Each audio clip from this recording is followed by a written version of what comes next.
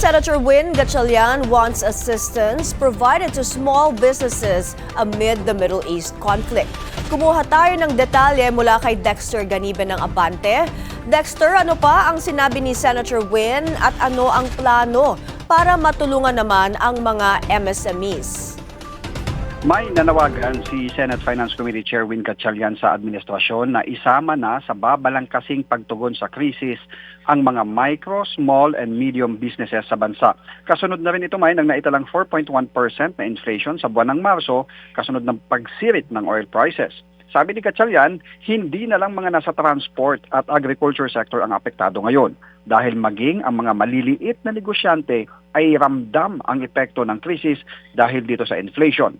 Kahapon niya ay pinulong na niya yung mga ekonomista ng Senate Economic Planning Office para ilatag ang senaryo o mga senaryo para sa susunod na buwan, 2 hanggang 4 na buwang senaryo at yung mga magiging tugon ng gobyerno sa bawat senaryo na ito. Inaasahan na kasi ng senador na lalagpas sa 4% ang inflation para sa buwan ng Marso. That will dictate how government will respond in the next 120 days. So magmamodel rin kami 30, 60, 90, 120 days. Sigurado ako kakalat yan sa mga produkto. Kaya dapat ready mag-intervene ang gobyerno. Kailangan mag-step in ang gobyerno pagdating sa pagbibigay ng subsidies sa pinakamahirap nating kababayan. Kasama na rin dito transportation groups tsaka MSMEs.